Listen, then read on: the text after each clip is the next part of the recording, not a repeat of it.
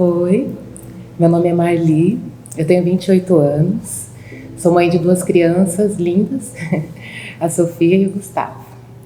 Eu venho de uma família muito simples, mas que nunca faltou nada. Meu pai era ajudante de pedreiro, a minha mãe era costureira e também fazia faxina como diarista.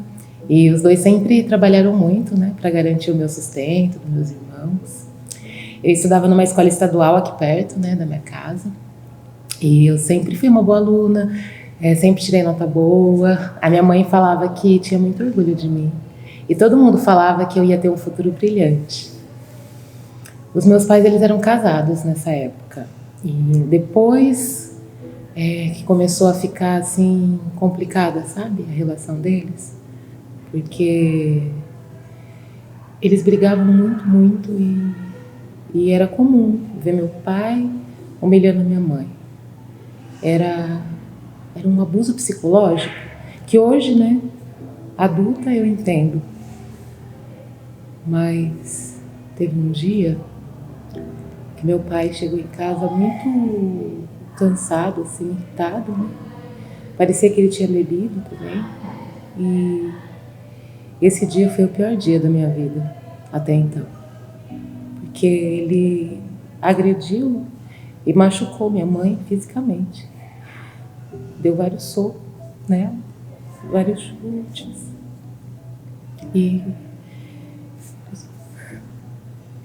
E aí, depois desse dia, começou a ficar cada vez mais, assim. Foram aumentando as agressões dele nela e parecia um caminho sem volta. Vendo tudo isso, eu fiz uma promessa para mim mesma, que eu nunca ia deixar isso acontecer comigo. Eu nunca vou deixar isso acontecer comigo. Quando eu estava no primeiro ano do ensino médio, eu fui para uma escola nova e com pessoas novas, e aí eu conheci o Júnior. Ele era mais velho, ele estava no terceiro ano e ele era tão lindo. Aí eu me apaixonei por ele assim de cara. A minha melhor amiga fez aniversário e aí na festa dela ele foi. Aí foi onde tudo começou. A nossa primeira conversa, nosso primeiro beijo. E era o início de uma história de amor que tinha tudo para dar certo. O Júnior falava que ele era um homem sério, respeitador, que ele não queria só brincar comigo, que ele queria conversar com os meus pais, me pedir em namoro. Aí a gente começou a namorar. Aí o Júnior, ele começou a querer controlar um pouco a minha vida. Ele ficava incomodado assim com a minha roupa, falava que eu estava muito maquiada.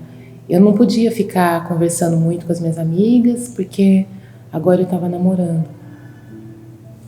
Depois de um ano de namoro, com 16 anos, eu fiquei grávida.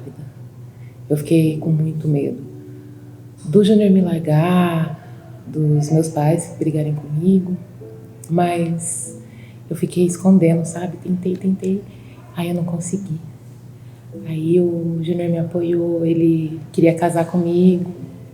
Aí meus pais também falaram que era o certo, né? Que eu tinha que assumir essa responsabilidade de ser mãe, esposa. E eu só obedeci. Quando a gente casou, ele era um bom marido, ficava preocupado com a gravidez, mas às vezes ele bebia um pouquinho a mais. E aí ele chegava em casa, a briga era certa. Ele falava que eu não fazia nada direito, ficava gritando comigo, sendo agressivo.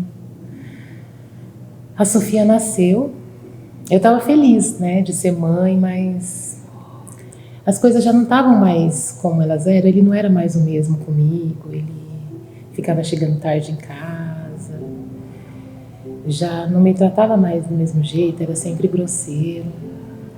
E eu não consegui terminar o ensino médio, porque o Júnior achava que eu tinha que ficar em casa, cuidando, né, da casa. Nem fui para minha faculdade de administração. E como eu não trabalhava fora, eu tinha que ficar sempre me humilhando para pedir dinheiro para ele. Depois de um tempo, para minha surpresa, né, e desespero também, eu descobri que eu estava grávida de novo, por um descuido. Eu fiquei feliz, porque eu ia gerar uma nova vida.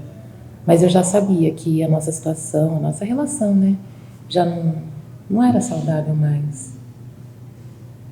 Aí, teve um dia que eu estava grávida, né, já, na minha 8º mês, assim, da minha gravidez, né, e o Júnior chegou em casa nesse dia e estava muito, assim, irritado, sabe? Ele tinha bebido também. E eu fui perguntar para ele, né, o que estava acontecendo, que ele estava muito, muito nervoso.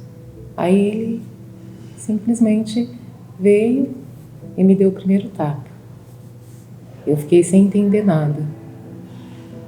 Fiquei, assim, muito assustada, com medo, né, daquilo. E aí eu fui, corri pro meu quarto, fiquei lá chorando e pensando, né, e ele veio atrás de mim. Aí ele pediu desculpa, falou que ele nunca mais ia fazer aquilo comigo, que ele ia mudar de verdade.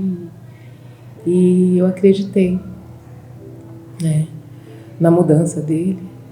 E foi, ele começou a ficar diferente comigo, né? Foi assim a nossa lua de mel.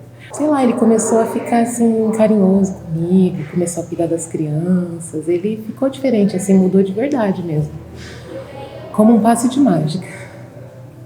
Mas de repente, como um passe de mágica também, minha vida voltou a ser como era.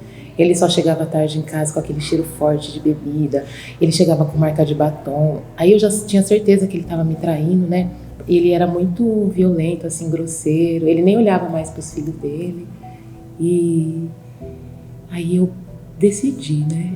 Nessa hora eu criei força, assim, não sei nem de onde, e chamei ele para conversar e pensei, né? Eu preciso tomar uma atitude e resolver isso, e tem que ser agora.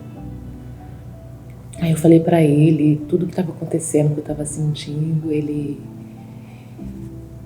falou assim que eu estava reclamando à toa, que eu não tinha o que reclamar, porque ele não deixava faltar nada pra gente. Mas faltava. Faltava amor, carinho, respeito. Nem tudo é material, né?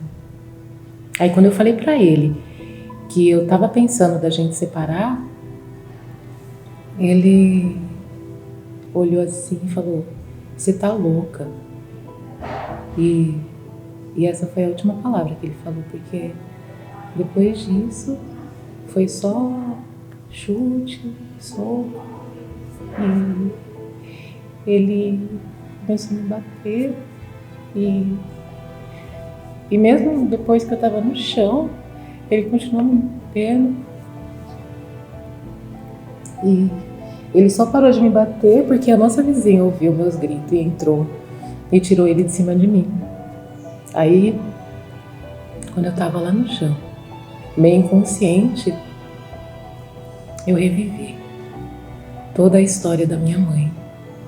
E eu me lembrei da promessa que eu tinha feito pra mim mesma e que eu tinha esquecido. E aí eu revivi todo o ciclo da história da minha mãe. E eu percebi que eu tinha 2 opções. Ou eu aceitava isso e continuava vivendo essa relação de abuso psicológico, físico, emocional, patrimonial, e poderia acabar como mais uma das muitas mulheres que morrem todos os dias, no Brasil e no mundo, vítimas de feminicídio.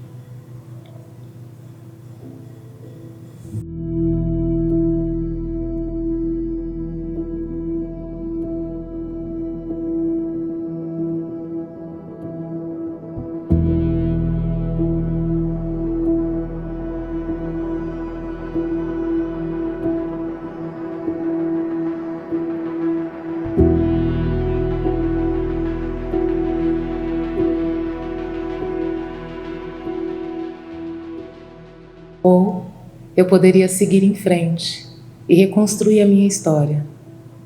Seguir por mim, pelos meus filhos, por acreditar no meu potencial.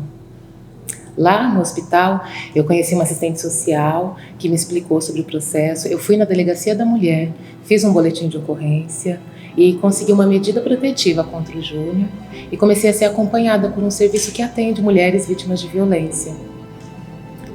A minha família começou a ser acompanhada pelo serviço de convivência e fortalecimento de vínculo e lá, onde os meus filhos fazem oficinas depois da escola para eu trabalhar, eu conheci pessoas, outras mulheres passando pelo mesmo processo que eu e profissionais que se tornaram a minha rede de apoio, uma família, e que me ajudaram nesse processo de conhecer os meus direitos e de recomeçar.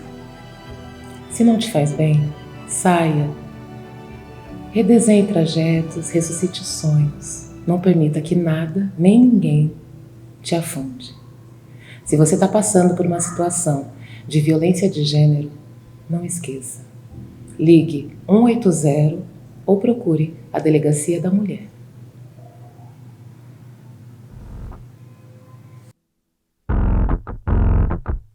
Cadê meu celular? Eu vou ligar pro 180. Vou entregar teu nome e explicar meu endereço. Aqui você não entra mais, eu digo que não te conheço. E jogo água fervendo se você se aventurar. Eu solto o cachorro e apontando pra você eu grito perto. Eu quero ver você pular, você correr na frente dos vizinhos. Você vai se arrepender de levantar a mão pra mim. Cadê meu celular? Eu vou ligar pro